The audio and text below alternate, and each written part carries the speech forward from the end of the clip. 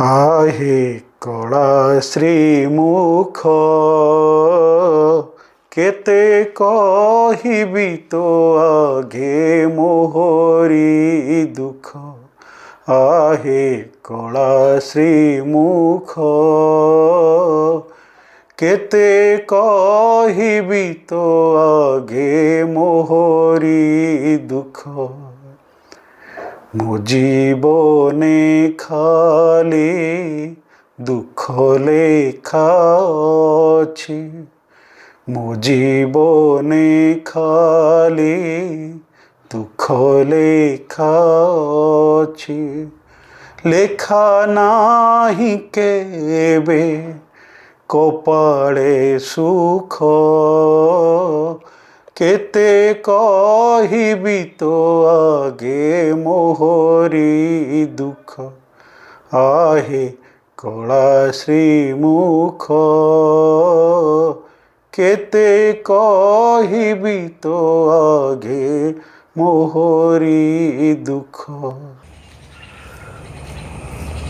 जय जगन्नाथ दर्शक बंधु, आज ये पवित्र सकाळ मु आपन स्वागत करुच्ची ओडिया यूट्यूब चैनल रुद्राक्ष ओडिया को मु करुणाकर स्वाई आपण को ओडिशार द्वितीय श्रीक्षेत्र जहाँकि भक्ति भाव में परिपूर्ण, जहाँकि भक्त पई भगवान ये आविर्भाव होती से परिवेश को आपन को स्वागत करुच्ची बारिपदार यही अवस्थित प्रभु हरि बलदेव जी मंदिर को, जहाँकि आपणकर भक्ति क्षेत्र बा भक्तर भगवान भाव में परिचित पाई प्रभु एठार विराजमान कर।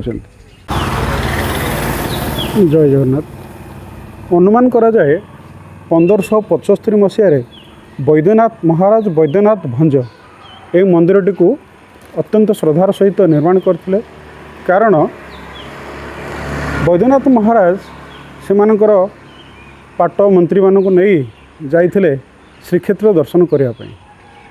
कथा अच्छी जे श्रीक्षेत्र दर्शन करने को जीवा समय से कला पहाड़ आक्रमण रे जर्जरित होइथिबा महाप्रभु पाताल होते, तेणु महाराज को दर्शन कर प्रथम तो अनुमति मिल नाला। तापर महाराज को अनुमति मिलला कि आपण एका ही ये मंदिर को दर्शन करें, किंतु महाराज अत्यंत प्रजावत्सल थिले एवं विष्णु भक्त थिले। से यही कथा को सहजरे ग्रहण कर पारे ना जे मु मोर लोक मान सहित आसी प्रभु को दर्शन करने, किंतु एकुटिया दर्शन कराटा ठीक है ना। से अठरनला पाखे प्रभु को निजर गुहारी जणेले एवं प्रणिपात करेले।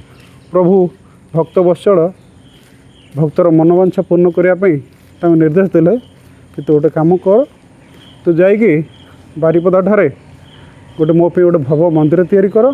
मु निश्चित सेठा जाइकी पुरी रे जमती मुझे अवस्थान करछि सेमती किछि समय हेले भी मु सेठा जाई तो पाखरे उपस्थित हेबी। से ही हैला आ वैद्यनाथ महाराज एठी भव्य मंदिर तैयारी कले।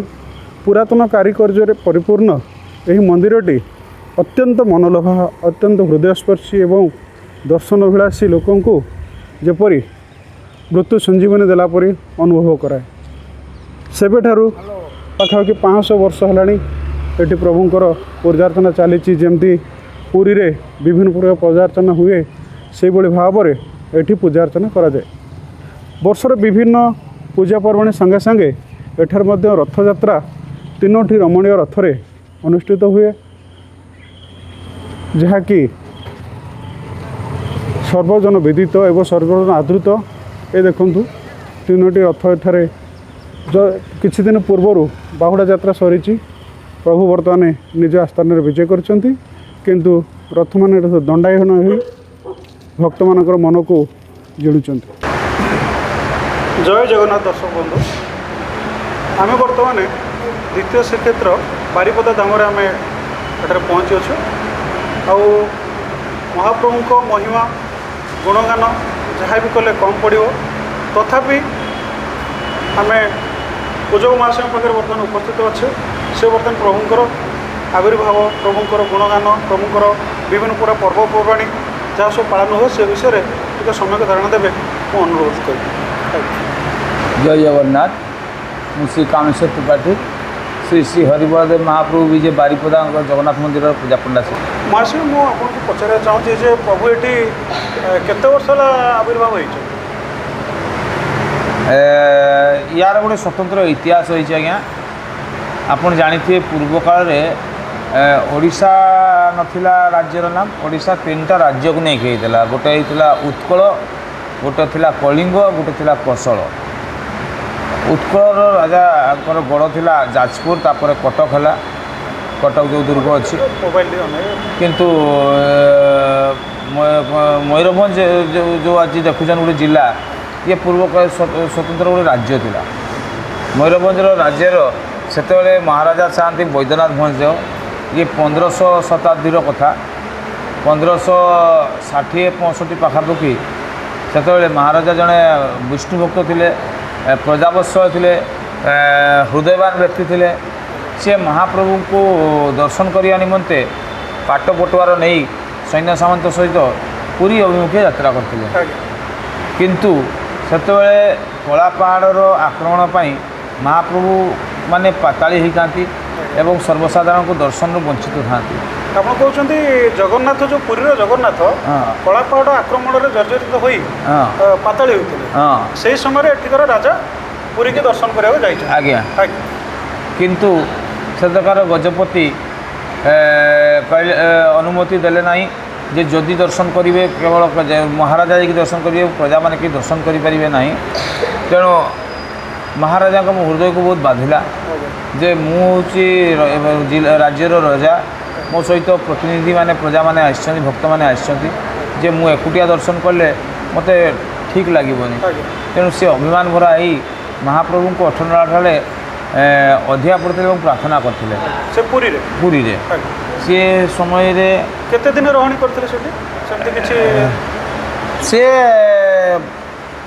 रहणीर सठिक सेमती नाही किंवदंती किंतु एतकी प्रमाण अच्छी इतिहास बही आमको जानापी पड़े मिले जे महाराजा दर्शन करने जाइए पुरीर गजपति महाराजा दर्शन करने अनुमति न देवारु महाराजा अभिमान भरा ही दुखरे महाप्रभु को स्मरण करते और आराधना करते 18 ठारे महाराजा प्रार्थना महाप्रभु संतुष्ट हो स्वप्नादेश होते और वरदान देते कि तुम्हें जाई तुम राज्य एक भव्य मंदिर निर्माण कर सेटा प्रतिदिन किसी मुहूर्त पर महाप्रभु आसवे बोली कथा से घूरी आसिकी महाराजा आमर ये भव्य मंदिर निर्माण करते एवं से पुरी रीतिनीति अनुजाई से आम पूर्वज सब पुरीर आम पूर्वज आप पुरी राजा आपको आनी हाँ आपंकर जमी पूर्वपुरुष मैंने ये आसी पूजा पार्वण सब नीति रीतिनीति अरे ओडिशा तो ब्राह्मण नथिले ना ब्राह्मण प्रथम 10 घाट यज्ञ जाजपुर 10,000 ब्राह्मण को जाति केसरी मगैले तापर सेठू गले से पुरी तापर पुरी अन्यत्र सब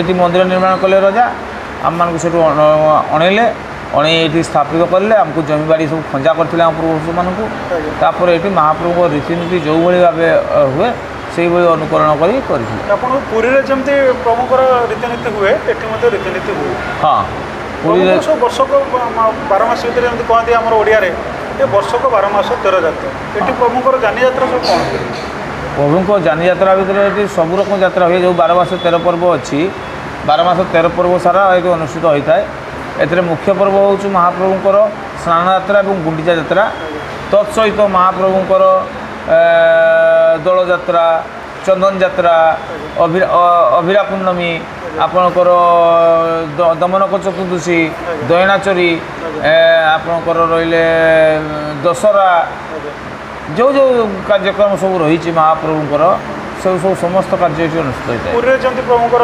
नवकलेवर हुए ये सेमती किसी नवकलेवर हुए नहीं नवकलेवर कहले आप 2 प्रकार नवकलेवर अच्छी पुरी भी 2 प्रकार नवकलेवर हुए गोटे नवकलेवर संपूर्ण दारू विग्रह परिवर्तन होता आ गोटे नवकलेवर हूँ सामूहिक परिवर्तन बोले धरतु नवकलेवर पड़ी 15 वर्ष 20 वर्ष डिफरेन्ट आप दारू परिवर्तन होती किंतु ये सामूहिक नवकलेवरटा हुए आपंकर 8 वर्ष 6 वर्ष जदि नवकलेवर पड़गला ताने आपंकर ଇଏ ସରିଲା ପରେ ସେ ଭିତର ଖାଲି ମହାପ୍ରଭୁଙ୍କର ଶ୍ରୀଅଙ୍ଗରେ କ'ଣ କେଉଁଠି ଅସୁବିଧା ଅଛି କିସ ଅଛି ତାକୁ ଖାଲି ତଦାରଖ କରିକି ପୁନଶ୍ଚ ସେଇ ବିଗ୍ରହକୁ ସ୍ଥାପନ କରିଦିଆଯାଏ। ତ ଆମେ ଏଇଆ ବୁଝିବା ଯେ ବାରିପଦାର ଯେଉଁ ପ୍ରଭୁ ଜଗନ୍ନାଥ ଏଠି ଆବିର୍ଭାବ ହୋଇଛନ୍ତି ତାଙ୍କର କେବେ ନବକଳେବର ହୁଏନି, ନା। କେବଳ ମଝିରେ ମଝିରେ ପ୍ରଭୁଙ୍କର ଯେଉଁ ଯେମିତି ବନକ ଲାଗି କୁହନ୍ତି ପ୍ରଭୁଙ୍କର ଯେଉଁ ବିଭିନ୍ନ ପ୍ରକାର ଯଦି ଶରୀରରେ କୌଣସି କ୍ଷତି ହେଇଥିବ ବନକ ଲାଗି ଅଲଗା ଜିନିଷ, ନବକଳେବର ଅଲଗା ଜିନିଷ, ଆଜ୍ଞା। ଔଷ ଲାଗି ଅଲଗା ଜିନିଷ। ଆଜ୍ଞା। ଆପଣଙ୍କର ନବକଳେବର ଯେଉଁ ସାମୂହିକ ନବକଳେବର ପୁରୀରେ ଅନୁଷ୍ଠିତ ହୋଇଥାଏ, ଆଜ୍ଞା। ଏଠାରେ ସମ୍ପୂର୍ଣ୍ଣ ଭାବେ ସାମୂହିକ ନବକଳେବର ଅନୁଷ୍ଠିତ ହୋଇଥାଏ। ଏଠାରେ ପୂର୍ଣ୍ଣ ନବକଳେବର କେବେ ହେଇନାହିଁ ଆଜି ପର୍ଯ୍ୟନ୍ତ। ତେଣୁକରି ଯେତେବେଳେ ବି ନବକଳେବର ପଡ଼େ ମହାପ୍ରଭୁଙ୍କର ଶରୀରର ଶ୍ରୀଅଙ୍ଗର କେଉଁଠି କ'ଣ ଅସୁବିଧା ଅଛି, କ'ଣ କେଉଁଠି ଔଷଧ ଲାଗିବ, କେଉଁଠି କ'ଣ ଇଏ ରହିବ, ସେଇ ହିଁ ଗୁପ୍ତ ସେବା ଅନୁଷ୍ଠିତ ହୋଇଥାଏ। ବାକି ରଥଯାତ୍ରା ତ ହୁଏ, ଆମେ ଦେଖୁଛୁ ରଥଯାତ୍ରା ହେଉଛି। ହଁ, ରଥଯାତ୍ରାରେ ବି ଏଠି ସ୍ୱତନ୍ତ୍ରତା ରହିଛି। ଆଜ୍ଞା। ଆପଣଙ୍କର ପୁରୀରେ ଯେମିତି ସକାଳ ବେଳା ପହଣ୍ଡି ହେଇ ଉପରବେଳା ରଥ ଟଣା ହେଇଥାଏ, ଆଜ୍ଞା। ଏଠି କିନ୍ତୁ ତା'ର ବ୍ୟତିକ୍ରମ ଦେଖାଯାଇଥାଏ। ଏଠି ଆପଣଙ୍କର ମହାପ୍ରଭୁଙ୍କର ଉପରବେଳା ଗୋଟି ପହଣ୍ଡି ହେଇଯାନ୍ତି, ଆଜ୍ଞା। ତହିଁ ପର 2 ଦିନ ଧରି ଟଣା ହେଇଥାଏ। ପ୍ରଥମ ଦିନରେ ମହାପ୍ରଭୁ ବଳଭଦ୍ର ରଥ ଟଣା ହେଇ ଗୁଣ୍ଡିଚା ମଣ୍ଡପ ପହଞ୍ଚିଲା ପରେ ଦେବୀ ସୁଭଦ୍ରା ରଥକୁ ଆପଣ ଜାଣିଥିବେ ବାରିପଦା ଗୋଟେ ସ୍ୱତନ୍ତ୍ର ଇତିହାସ ସୃଷ୍ଟି କରିଛି ଯେ ଦେବୀ ସୁଭଦ୍ରାଙ୍କ ରଥକୁ ମା ମାଉସୀମାନେ ଟାଣୁଛନ୍ତି, ମହିଳାମାନେ ଟାଣନ୍ତି। ଏହା ଗୋଟେ ସ୍ୱତନ୍ତ୍ର ଇତିହାସ ସୃଷ୍ଟି କରିଛି ଏବଂ ପରିଚୟ ସୃଷ୍ଟି କରିଛି କହିଲେ ଅତ୍ୟୁକ୍ତି ହେବ ନାହିଁ। ତେଣୁ ଦେବୀ ସୁଭଦ୍ରାଙ୍କ ରଥ ପ୍ରଥମ ଦିବସରେ ଟଣା ହେଇ ଅଧା ବାଟ ରହିଥାଏ। ତା ପରଦିନ ଦେବୀ ସୁଭଦ୍ରାଙ୍କ ମାଉସୀ ଗୁଣ୍ଡିଚା ମଣ୍ଡପରେ ପହଞ୍ଚିବା ପରେ ମହାପ୍ରଭୁ ଜଗନ୍ନାଥଙ୍କ ରଥକୁ ଭକ୍ତମାନେ ଟାଣି ଟାଣି ନେଇଥାନ୍ତି। ଅନୁରୂପ ଭାବେ ମଧ୍ୟ ବାହୁଡ଼ା ରଥ ଅନୁଷ୍ଠିତ ହୋଇଥାଏ।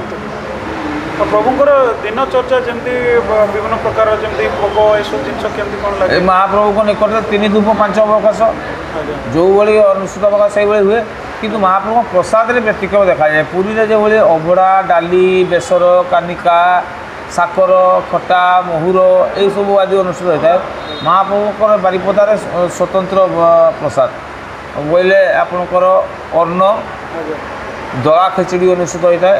ଏଇଟା ଗୋଟେ ସ୍ୱତନ୍ତ୍ର ଖେଚୁଡ଼ି, ବଡ଼ା ତରକାରୀ, ରାମରୁଚକ ତରକାରୀ ଯେଉଁଟାକୁ ଆପଣ କହୁଛନ୍ତି ଆଳୁ ବାଇଗଣ ପଡ଼ିକି ହେଇଥାଏ, ଏବଂ ତତ୍ ସହିତ କ୍ଷୀରି କାକରା।